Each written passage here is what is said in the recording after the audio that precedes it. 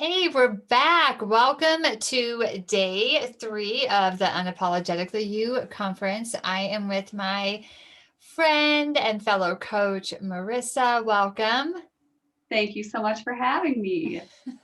So, Marissa is a self-care coach, but once upon a time, she was a teacher, which is a whole story that she'll have to share. And maybe we start with let me just ask you this. What does it mean? What does it mean to you to be unapologetically you? What does that mean to you? To me, I think that it is just really knowing yourself, being able to get quiet and listen to kind of like that gut instinct that so many of us try to like suppress and push down. And just being able to listen to that and then not ignore it, even if you're just taking baby steps towards it, and you're not ready to go all in on it yet, but just being able to listen and then start making moves, little as they may be, to Mhm. get to that like higher place of where you want to be and finding your purpose and not just staying stagnant in life and going through the motions. Yeah, I love that. So how has that translated in your life? What does that look like for you? Oh my gosh, I am not very good at subtlety. Good, bring it. or taking small moves. I am like I have an idea and I'm like, okay, all in, like right Mhm. now. And so it wasn't always that way. I was a people pleaser for a very long time.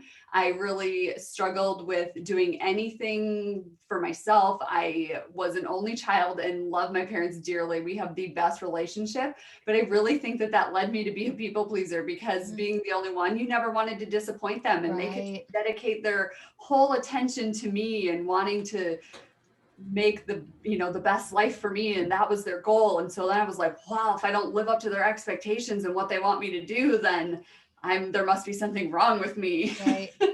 And so a whole series of events in my early 20s led me to just being like, no, you know what, I can make my own choices. I don't need validation from other people. As long as I'm trying to better myself and better my life, the decisions I'm making for me are okay. And so I started small at that point.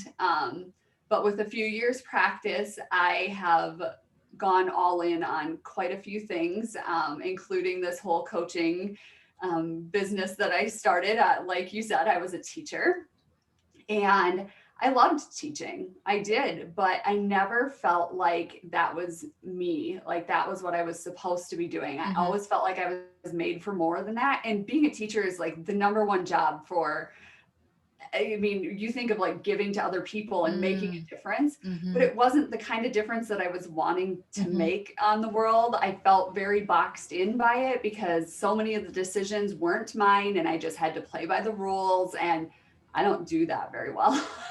Yeah. And so I started speaking out about teacher mental health and just all sorts of things, just wanting to make sure that districts were taking into account not only the students' needs, but the teachers' needs, Mm. and not telling them to take time for themselves and then taking all of their planning time away from them for meetings and stuff like that. Like just Sure. really being an advocate for teachers. And my district didn't like it. They called me in to meet with the superintendent and they told me that I could choose to continue speaking out for teachers and coaching teachers, or I could work for them. Hmm. And I said, so 3 weeks before school starts here, you're going to let me out of my contract without any penalty then, if this is the ultimatum that you're giving me. And they said they'd have to get back to me on it. They said, give them 3 days. 3 days came and went and I never heard from them. And so I turned in my resignation. I never did hear from them again. I read it in the board minutes that they had accepted my resignation and that they had hired a new teacher in my place. Hmm. And I literally walked out to the car that day, called my husband. I said, I just quit my job. He said, what? I didn't even discuss it with him. It was just, I knew it. I had been pushing that feeling away for a really long time. Mhm. And that was the breaking point for me. And I was Mhm. like, no, I have to do this for myself. I have to do this for all of the people who are being silenced and are afraid to speak up for what they know is right. And I just Mm. need to do it. So I went all in, and here we are. Wow. Yeah, that is amazing because that's the stuff that drives people. So as you are listening, listeners, watchers, what are you participants, as you're watching this video and listening to Marissa's story, like think about this for yourself. What is that thing in you that, the thing that makes you cry, or the thing that keeps you up at night, or the thing that makes you so mad because you feel like it's such an injustice, or that you have to speak up for, and that thing is a sign of something that you're supposed to do. It doesn't mean you have to quit your job. It doesn't mean that you have to make a huge drastic move, right? But start leaning into it, though. I think, like what you said in the beginning, taking those steps towards it. First of all, just listening to that voice is a big deal. I feel like in our society we're so taught to listen to everyone around us, or do what society tells us is normal or usual, that we don't even recognize when we're feeling like out of sorts in our body. We don't realize when we're on the wrong path because it looks so right according to what society says, or what our parents say, or what our church says, or whatever that we should do, that we just get, tunnel vision, and you can discount that. And I think that if more people would really step into being their unapologetic selves, would step into being true to who they were, it would make room for everyone to kind of, like a puzzle, we would all Yeah. like move into our right places. So you left teaching to pursue what was on your heart, and guess what, you may have opened up a spot for someone that has dreamed of being a teacher their entire lives and is living their best life because you stepped out and you're living yours. Like, I just think it's all interconnected. Oh, I completely agree. And I know personally the person who got my job, and that's exactly what happened. She Ah, had been trying to get a job in the area for years, and it just, the right one hadn't opened up for wow. her. And so when she got this position, I was so excited for her because I really felt like, gosh, this wasn't just the right decision for me. It opened up doors for someone else who wanted nothing more than to have my job. And here I Right. was, not fully satisfied in it. And I loved what I did. I loved working with the kids and all of that. But my whole life, I just felt like I was meant to be not necessarily on a bigger stage, but just not so boxed in. I wanted the sky to be the limit. And in education, there's no advancement, that way. Mhm. Like it's very minimal advancement in that field. And so that was something that I told myself, like, oh, I'm okay with that. I can eventually go back and I can become an administrator, and then, well, I could be a superintendent, I guess, if I wanted to. But when I was planning my life in high school and, those early adult years, I saw myself just climbing because I am a lifelong learner and I wanted to teach kids to do the same. And I did that for a number of years. But there got to be a point where I was like, I am teaching other people how to do the things that I wish I was able to do myself. And so that was when I realized that this was not the right fit anymore, and that I needed to move on. And so that's where I went, and I call myself a self-care coach because I think self-care is so much more than just bubble baths and pampering and all the things that society tells us it is. Mhm. And the very first thing that I teach every one of my coaching clients is to listen to that inner person and decide, if no time or resources were involved, what would your best self look like? Mhm. What kind of life would you have? I mean, would you travel the world? Would you, work from home? Would you have a job that allows you to work from anywhere? Would you be a teacher? Would you, and it doesn't have to be some big extravagant live on a beach and make millions of dollars and have a private jet. That's not it at all. That's very few people's best life. I mean, Right. honestly. And I try to convince, or not convince, but like teach people, like, listen to the feeling that how do Yes. you want to feel? Not necessarily the bucket list, check off all the Right. things, but listen to how you want to feel at the end of the day. And is your current life doing that? And if not, then let's start small and let's see what we can change to get you closer to that. And so, yeah, I'm grateful for the fact that I listened to my own self. And now I can't wait to teach other people about it, because I think that, like you said, society teaches us that we just stay the course. And if you change things up, or if you leave your profession that you love, or that was your purpose, other people thought that was your purpose. Most likely, if it doesn't feel right for you, it's not right for you. And it's okay to listen to that. Yes. And I'll repeat that. It is okay to listen to that. I think that it's very easy to get caught up in all the shoulds, whether they're our own shoulds or the shoulds we think are coming from other people, and tamp it down and tamp it down and tamp it down, whatever that is. And I just want to encourage you, as you're listening to this, if there's something coming up for you, write it down. Pause this video. Take 10 minutes and just think about it. Do what Marissa said, and think about no limits. Write out what your ideal life would be, and don't listen to the voices that come up that say, who do you think you are? You don't have enough money for that. You don't have time for that. That's selfish. Whatever the BS voice, that, because it'll happen, because as soon as you start to step out of anything that's normal, your like circle here, your self-imposed prison of comfort, as soon as you start to step out of that, all of these, the gatekeepers are going to come and attack, right? And they're going to hit you from all sides to stop you. So really, Marissa, when you started speaking out, weren't you afraid? That's the thing, is I never was afraid. And it came from a past experience of mine. My very first year of teaching, I worked for a very narcissistic principal who she was known as ruining teachers' careers in their first 2 years. I mean, she was known for that. I didn't know that when I accepted the job. And I left after a year. I had an instructional coach who like works between the principal and you, and just kind of make sure that you have support those first couple years of teaching. And my instructional coach told me, if you want to keep your teaching career, you need to get out, and you need to get out now. And I couldn't transfer between buildings because she had written me up for wearing skinny jeans one day.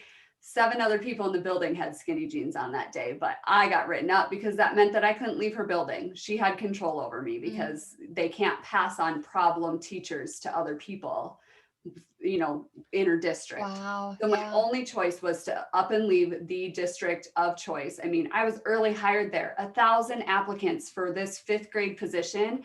And I was one of 37 people that got to pick whatever job they wanted in the biggest district in the state of South Dakota. It wasn't that I was unqualified or that I wasn't good, but she ruined teaching for me in that first year. And so I left. And when I left, I looked at my now husband, we were dating at the time, and I said, I will never, never stand for someone doing that to anyone ever again. I will not. I'm not going to do it. And so when pandemic hit, and teachers were saints in March, and then August rolled around, and it was like, well, suck it up and get back to work, and we don't really care what you think. I had a real problem with that. And I wasn't disrespectful about it. I wasn't directing it at my district, anything. It was just teaching in general. Like, put yourselves in these teachers' shoes. Think about when you have 2 kids at home and you're extremely stressed and you have these burdens on you. What does that do to you as a parent? Now think about a teacher being in a room with 30 children who's literally fearing this virus and, their safety and that kind of thing. And that's what they disagreed with. They disagreed with my statements saying that we should step back and put ourselves in teachers' shoes. And that was it for me. As soon as they disagreed with that, I just knew it wasn't right. And so I wasn't really scared to speak out, because I had vowed that I wouldn't let that happen again. And I kind of shocked myself that that I did it, but it turned out to be the best decision that Yeah. I had made. Yeah. Wow. There's I think there's always some reason that we can tell ourselves why not to do something. And if your passion outweighs, the fear or the hesitation, then you move forward anyway. How big is your passion? People that are listening, watching, I'm not going to get it right. I'm just going to keep fumbling over it. It's okay. How big is your passion? What is it that you want? And it doesn't mean that it has to be world changing on a stage, like what Marissa's, she already mentioned that. I don't need to go over it again, but whatever it is that's inside of you, even if it's a teensy tiny voice saying, you need to be more involved with the kids at your local preschool, or with your Sunday school class, or with volunteering with kids that, I don't know why I keep going back to kids, but I mean, it doesn't have to be anything specific. You don't have to leave your job and be a coach. You don't have to make some giant life-changing decision in order to be true to who you are. And I think I'm going to go back to what you mentioned about growing up, Marissa, because I think as kids, we're taught that we have to fit into a box. Like, our parents don't mean to do that, but they have their norm of functioning, whether it's dysfunctional or healthy or somewhere in the middle. And we're taught that we need to fit into that, whether it's, in order to be safe, we need to be quiet, or we need to be seen and not heard, or we need to perform at a high level, or we're going to risk disappointing. And if we're disappointing them, then we're not good enough. And sometimes it's just the vibes we pick up as we're small. It's not even anything they say. And it may not even be true that that's what they think, but we start to have those beliefs. Go ahead. Yes. Yeah, no, I completely agree. I think so many of the inner stories that we tell ourselves, they are just bits and pieces of things that nobody has even said some of this stuff to us that we believe. Right. It is just, we have picked up, we've read a cue from someone, we've heard somebody say something about someone else, and you're like, oh, I don't want him to say that about me. So I'm going to, and you just start to internalize all of these things. And then that becomes your story. And chances are none of them are true, because you can change that at any point in time. And it took me a while to figure it out, not as long as some, but long enough, I feel like. And you can wake up any day of the week, of the month, of the year, of your life, and just decide that you're going to do it different, and that you're not going to believe those things and those stories that you're telling yourself, because they're not truth. They are just stories. Absolutely. You have the power. So you can choose whether you're the victim to the stories that you're telling yourself, or the victim to things that have happened to you. And I'm not minimizing trauma. I'm not minimizing bad stuff. I'm not. But the truth of it is, everybody has some trauma in their life. And we ultimately have the power, whether it consumes us or we rise above it. It's like that whole bitter or better, saying, like, but truly we get to choose. We have that power. We can let go, and we can forgive, not for them, not because it means that what they did was okay, but for us to have peace. We can choose to let it go, so we can have peace, and then decide who we want to be, how we want to show up, the difference that we want to make. I think that it's so incredibly powerful when we listen to that voice, and it doesn't necessarily have to be the big thing. But well, I'm gonna give an example, and I bet maybe as I talk, Marissa, you'll have something that comes up for you too. But I was in a really, really bad relationship, and I was working at a seed company as a customer service rep, and I was doing my best to try to hide it. Like, I just pretended, put on the cape and the mask, pretended like everything was okay. Meanwhile, I don't know if I'm going to have enough, money to have gas in my car 2 days from then. And my partner at that time was cheating on me and abusive. And it was bad. And I didn't tell a soul. I was cut off from my family. All my friends had to quit talking to me because of the decisions I'd made. I was struggling. And there was this woman at the seed company that came over to me one day. And this isn't exactly what she said, but she said something like, I know you don't know me, but I see you. and you are struggling. And I want you to know that you don't have to live this life. You're smart. You have tons of potential. You're more than capable. You can decide, for it to be something different. And if there's anything I can do to help, I'm here. And I was like, of course, on the outside, I'm like, thanks. Like, and then she walked away, but it changed my life. So Mhm. she saw me and she listened, because that's not something that comes from your head. That's something like intuitive. When you have that hit that you're supposed to reach out to somebody or send them a message of encouragement or just pick up the phone and call and check on them, do that. That 3-sentence conversation changed the course of my life because it gave me hope. She like dealt hope to me. It wasn't someone I knew. It wasn't a coach or mentor. It was basically a complete stranger.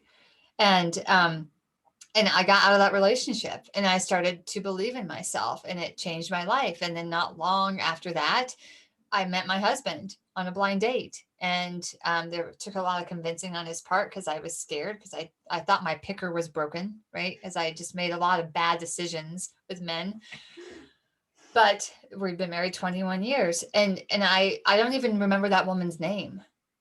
I, but her words changed the course of my life. So listening to that voice inside of you, that's your authentic self. That's your like your intuitive guide. That's God, source, universe, whatever you call it, but those nudges, that this is a big deal. And if you really start listening in the small things, then the bigger things are going to come up too. So what does that bring up for you, Marissa? Oh my gosh. I've only told this story twice.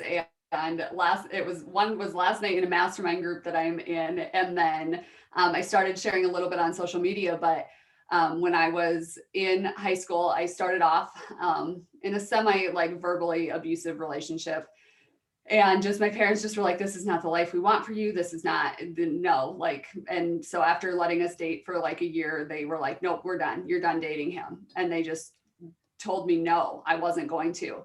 And so then after that, that kind of just put me in like a weird place. We like secretly dated for like the next year, and stuff like, and it was not on my own terms. And so that really messed with me. And so I had, like you said, I thought my picker was broken, you know what I mean? And it, not that my parents were just trying to protect me. They knew what that woman knew about you, that there was so much more to life than what would have come of if I had stayed in that relationship. And it led me down like this crazy dark path for like the next, like just terrible decisions for the next, like 4 or 5 years.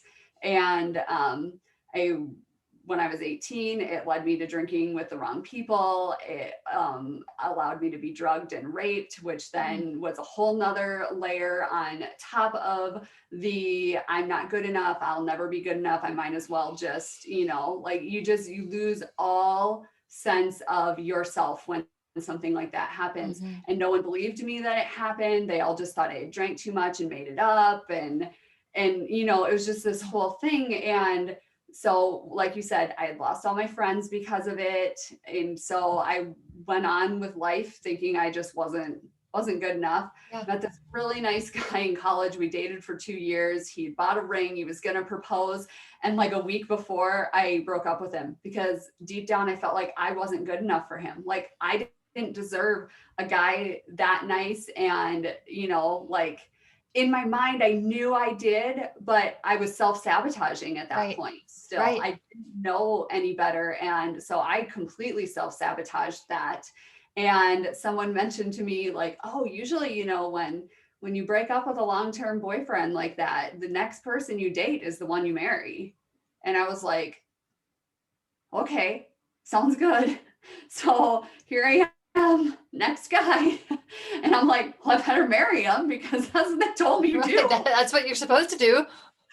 Right. And everybody, no one could believe that I broke up with the other guy. What is wrong with her? Why would she do that? Like my friends remained friends with him and quit being friends with me after that. And so I was like, well, I'm going to show them, like, I'm going to prove that I found the better thing on the other side of that rainbow that I left behind, like whatever. And so I married him, and like 3 weeks before the wedding, I wanted to call it off. And my dad said, "Oh my gosh, you'll never guess what happened to so-and-so that he works with." And I was like, "What?" It's like his daughter called off the wedding 3 days before the wedding. He's like, "I'm so glad we don't have to deal with that." And I was like, "Well, I guess I'm getting married." And I didn't call it off. And so we spent that whole first year married, and he lived on the road. He'd come home on weekends. So it was still like we were dating. He'd come home on a Friday night or a Saturday morning. We'd go out to eat. We would go to Walmart, get all this stuff to go on the road again. And then I'd send him on his way, and I'd live my life while he was gone. And then he'd come home. And so I didn't ever really get to know him very well, or the way I should have, or I ignored a lot of things. Like I thought that, oh, it just gets better. Like everybody's marriage starts off this way, and then you grow together and you like get better. But it turned out he had lied about a lot of really significant things that I didn't know about. So I suggested that we see a therapist, like a marriage counselor. And we tried for 9 months to salvage it. And finally the therapist was like, "It just needs to be done." She's like, he sits in here and he lies the whole time. Like it's, you can't save it if he's not willing to try. Yeah. And so I kept seeing her then after that. And that was kind of like my life-changing moment. Was she had me sit down and she had me write out everything that I would want in a future spouse. And she was like, everything. How does he treat you? How does he make you feel? What does he look like? How tall is he? What color is his hair? Like, you get to pick all of those things. And if he doesn't have something major on your list, he's not for you, and that's okay. And I started thinking like, oh my gosh, she's right. I get to make all of those really important decisions, every one of them. And if it's not right, it's okay. It just means that it's not right. And that was actually what led me to the therapist in the first place, was that I didn't want kids that were like my husband. People kept asking me when we were going to have kids, and I was mortified to have children that acted like him or that would grow up to be anything like him. And I thought, if I don't want kids to be like him, how in the world am I supposed to stay married to him? Why should I do this to myself? And I was, my parents are happily married. I mean, 40, almost 40 years, like that was not, divorce was never an option in my book. Never an option. And here I found myself a year and 8 months into my marriage, and I was filing for divorce. I never expected that. But I had this list that I knew I deserved. And I met my husband, and we went on our first date, and I said, "I want you to know I have this list." And he had also been through a divorce, same thing. Like, she cheated on him. She was not faithful, and they were married. We were married 6 months apart, divorced, or 6 weeks apart, and divorced 6. Both of our marriages were. And so we went on this date, and I said, "I have this list, and I'm going to give it to you right now. I'm going to tell you all the things on this list. And if you are not it, that's completely okay. We'll be really great friends, but you don't need to waste our time dating." And he was like, "Okay, sounds good." And so I break out the list and I'm reading it off, and he was like, okay. He hit every single one of what I thought was an insanely specific list. And so I challenged him before he knew anything else about me. I said, "I want you to go home and I want you to make your list." I said, "Don't think of me when you're making this list. Don't think of anyone specific. Just make a list." And he did. And he came back, and I checked every one of his boxes on his list. That's awesome. And it was just one of those things where it was just icing on top of the cake. Like, I knew that I was worth so much more, and that just cemented it. It was just something that really opened my eyes to, I do get to make these choices, and it's out there. You just have to keep going to find it.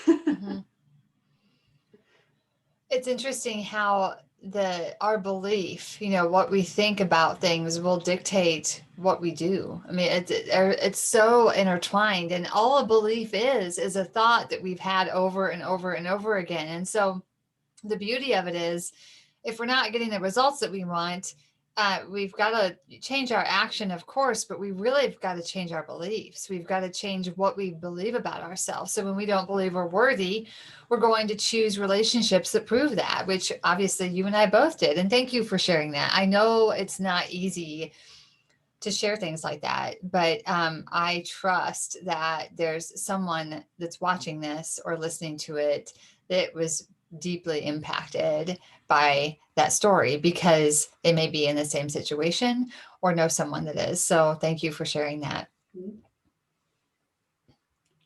I the the the fostering of your own worth is probably the hardest and the best work I've ever done. What does that look like for you as you continue to expand and change and maybe shift directions in business or take risks? How do you keep going and not let, the fear of failing or the voices of, what are you doing? Who do you think you are?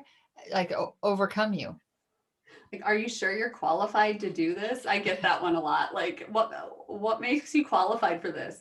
I'm human and I'm a strong human and I read a lot and I do a lot of research. No.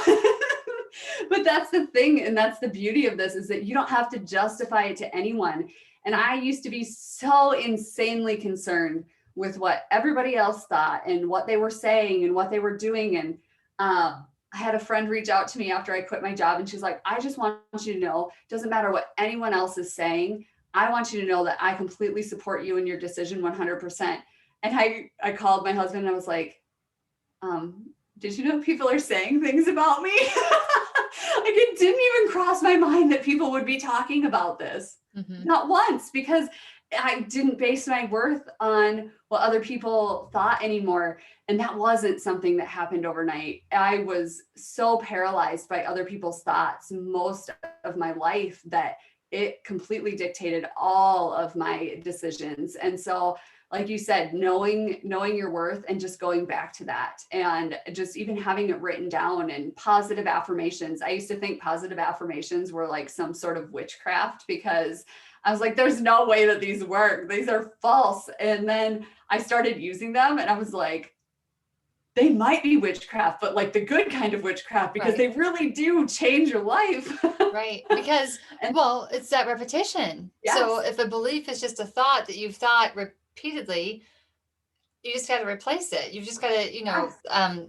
I always talk about it in context of like a trail in the woods. You have one that you've used a lot, it's clear and it's easy to go down. And so your mind will take that thought trail that is more permanent, that you've gone down a lot. So your job is to start a new one.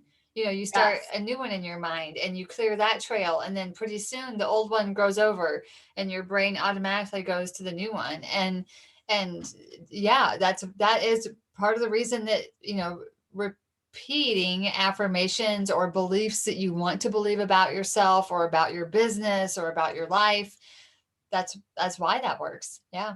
Exactly. And our brains want what's easy. I recently read that our brains want whatever's easiest. We take in so many things every day that our brain doesn't possibly even process all of it. And we don't even notice half of the things that our brains are processing every day and the decisions that it's making. And so it wants ease. And so, like you said, it's hard to clear that path to make that new trail, but it's like water. And when water starts flowing in a certain direction and goes over a rock, eventually it erodes it away. And then there's no other place for it to go but down that certain path that it has carved itself. But it took a lot of work to get that path carved. And so that's where you can't give up on it either. Like, you can't do positive affirmations for like a week and be like, well, It's that not didn't working. work. Like, dang it. See, they were wrong. Write it off. They're crazy. No, it does. It takes that repetition, and your brain has to get easy for your brain to defer back to that as a default. It's going to go to whatever's easiest. And so if you've believed these thoughts for 30 some years, think of how long it's going to take you to unwire that neural pathway and move it to the other side. Like, it is a lot of work.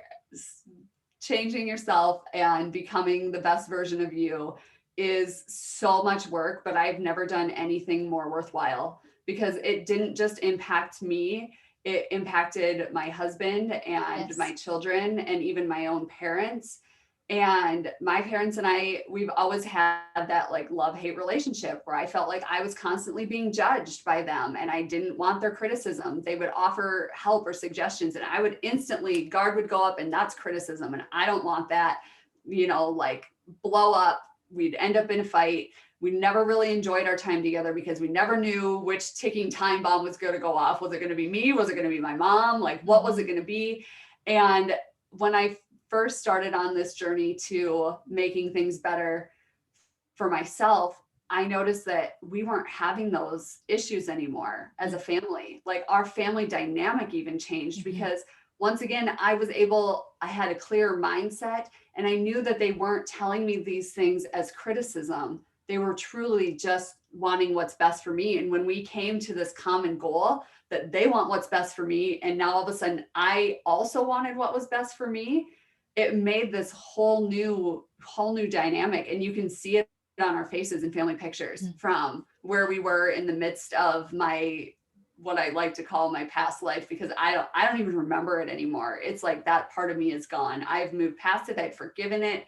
I've gone on with it. It's almost like it doesn't even exist. But if you look at pictures from then till now, you can see the difference. Like we just recently took pictures on a family vacation we were on, and the pure joy that is just, it's not forced smiles anymore. It's not like we're performing for the camera.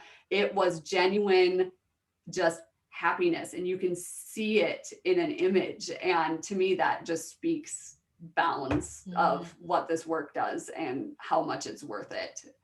Yeah, absolutely. That's a perfect example. When people respond in a defensive nature, it's typically related to a worth issue, so you feel like if someone's offering you something, a different idea, or asking you a question, you'll be defensive because it's poking at your worth. You think that means that you're not good enough. If they shouldn't have to ask you a question, or they shouldn't have to tell you something different.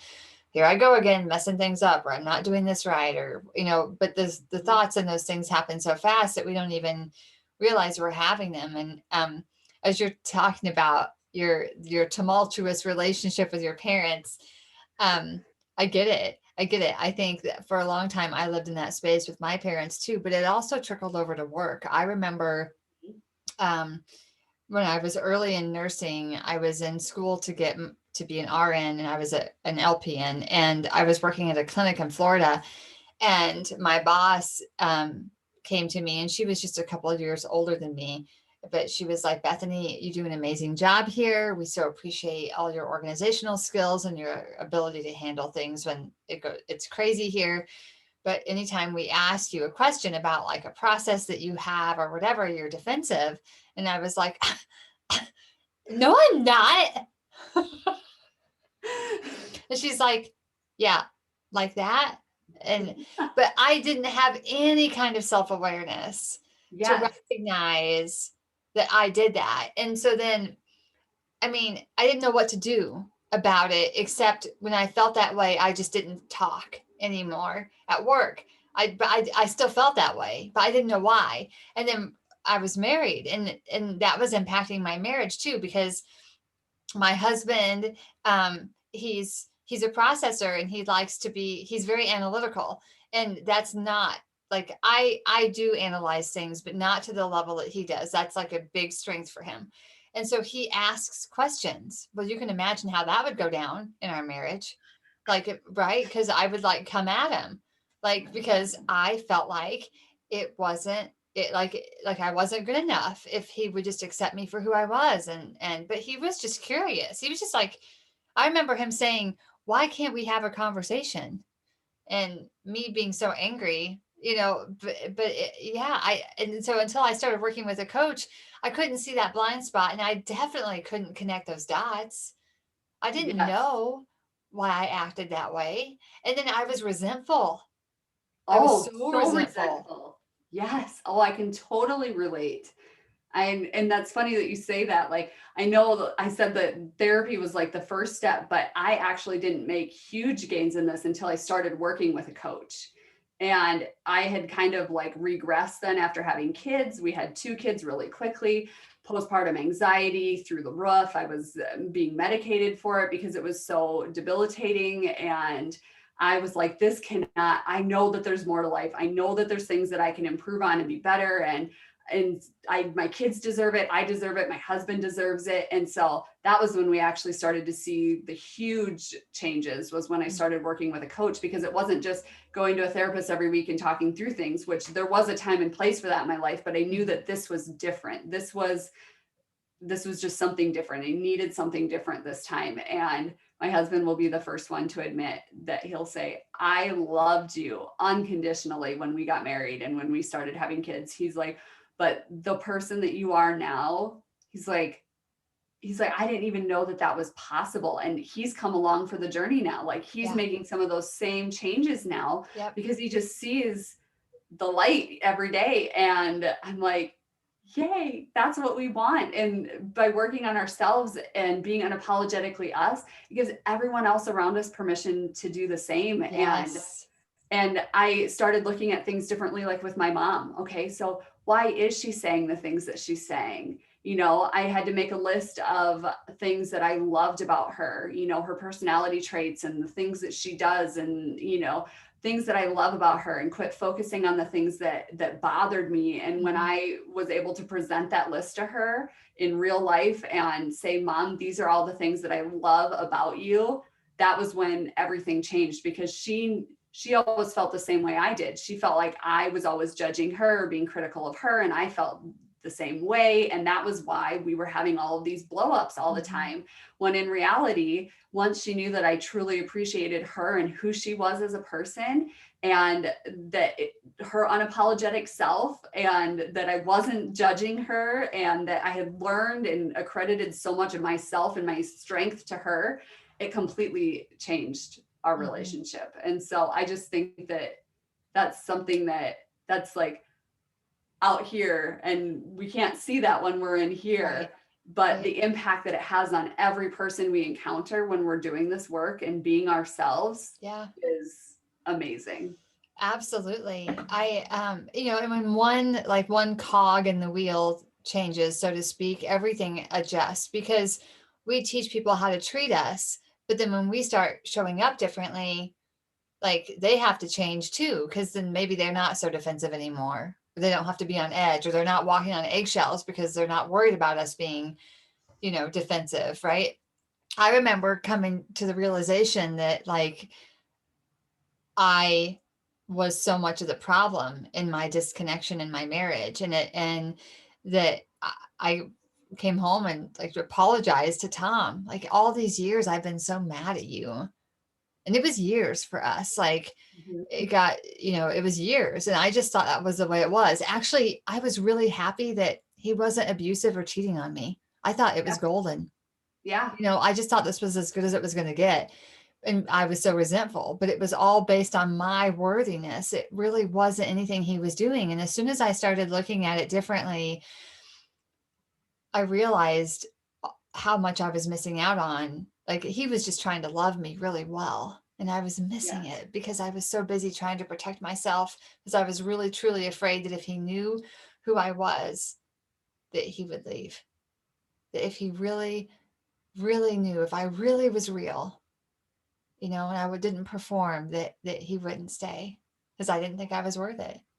Oh, exactly. And that's not it at all. But when you have those self-worth issues, that's all you can think about it. Cause I've had those same thoughts and feelings myself. And yeah, it's just heavy stuff. It is. It is. So in the beginning of all of it, when I would have those high emotions come up and I would want to respond defensively, I would literally repeat to myself in my head, he loves me. He loves me. He loves me. He's just asking a question. Like over and over and over again, because it was such an ingrained pattern of my functioning. And I'm sure I did it in other areas of my life, but it showed up most profoundly in my marriage. And as soon as I started doing that, like everything changed. Everything changed for us. And we've been married 21 years, and I'm I couldn't be happier. I love him more today than I did when we walked down the aisle. We are closer today, and so those the people that say like your marriage like falls apart, or everybody, just goes their separate ways after so many years, just do your own thing. That's a lie too. It doesn't have to Yes. be that way. Um, and so I when you focus on working on yourself and not focused on how other people irritate you, the flaws they have, what they're saying, what you think they should be doing, because you can't change any of that. You need to control what you can control, and literally it's right here. it's Yes. it's and so when you focus on that, it's a game changer for everything. That's how you show up and be your true self. You know Yes. what you can and can't control. You stand in your power to control what you can, and then you move forward with love. I mean, period. Absolutely. Well, and I think that right now being present is this really big push, like societal push. Mm-hmm. We just need to be present with our loved ones, and that will change things. And this is how you get mindful, and this is how you be present. And I completely agree with that, but I didn't even know how to put those things in place until I had done that like beginning inner work. It Mm-hmm. has to start in here, and you have to not be worrying about what other people think and feeling unworthy for not getting the things in your to-do list done. Those are just tasks. They don't define you. They don't make you lazy. Those don't, that's not your worth, Mm-hmm. and until you can realize those things, it is going to be very, very hard to be present and to not just go through the motions of every day. And Mm-hmm. I think that that's where a lot of people miss the mark, is they're like, well, I'm doing all these things. I am doing a journal prompt every day, and I am meditating, and I'm doing this and that, but things aren't changing. And it's like, yes, those are external things though. I mean, to some extent, Right. have to focus on, I really think it has to start with you and your unapologetic self, and knowing who that is, so that Mm-hmm. you know how to put all those other pieces in place in a way that works for you, and Mm-hmm. not just how somebody else says it works for them.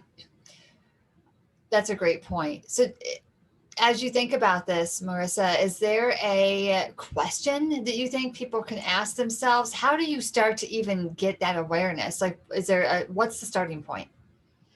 For me, and you've said this before, I know you have, but it really was like, why am I doing this? Mm, yes. who am who, who am I doing this for? Is this for Yes. somebody else, or am I doing this for myself? And what feeling am I hoping to get from this? Why am I doing it? How do I want this to make me feel?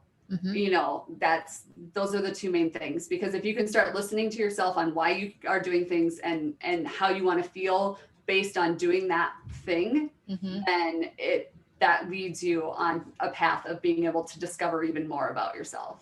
I love it. That's a great starting point. That is brilliant and so simple.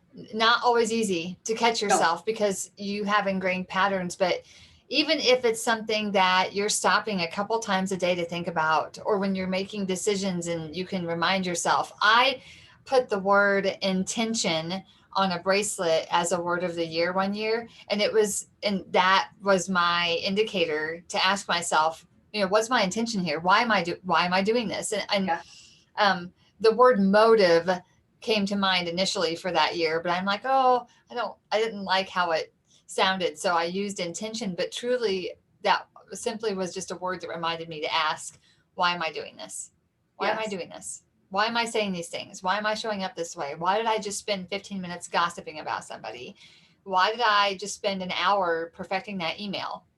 Well, because I wanted to be good enough, right? Like, and Yes. so once you start to like asking yourself that, it'll lead you right back to the beliefs that are driving it. And some of your beliefs are serving you well and they're great and you want to keep them. But the ones that Yes. aren't, you've got to replace, like get them out of there. Like, so then as soon as you discover like, oh my gosh, I was doing this because I didn't want to disappoint her. Okay. What does it mean if you disappoint her? Well, it means I'm not successful. What does it mean if you're not successful? It means I'm not good enough. Okay, what do you want to believe otherwise? And then that's the belief that you tell yourself. That's like what you can turn into an affirmation. That's what you can Yes. sit down and write every morning, and then sit and feel what it feels like to be that person. And then, excuse me, and I know that sounds like a lot to do, but it's repetition. And that's how you change. That's how you change your beliefs. It's repetition accompanied with emotion. You've got to feel it. You can't just say it. Yes, and you have to believe it. And right away you might not believe it, to be Right. real honest. Right. It might not be a full-on belief right away, but the more you say it, the more you're going to believe it. You may have to fake it a little bit until you make it. And I'm not a huge like fan of that saying, but in this instance, sometimes you do have to do that. But yeah, you have to believe that you are the type of person that is going to do these things. I am the type of person who is worthy of XYZ. I am the type of person who gets up early and does their morning routine because it starts my day off right. Yes. You know, I am that person. You have to fully embody that you are that person. You can't just be like, oh, I wish I was, and I hope I can be. You have to just honestly get real with yourself. And that's where that question comes up. Why are you doing this?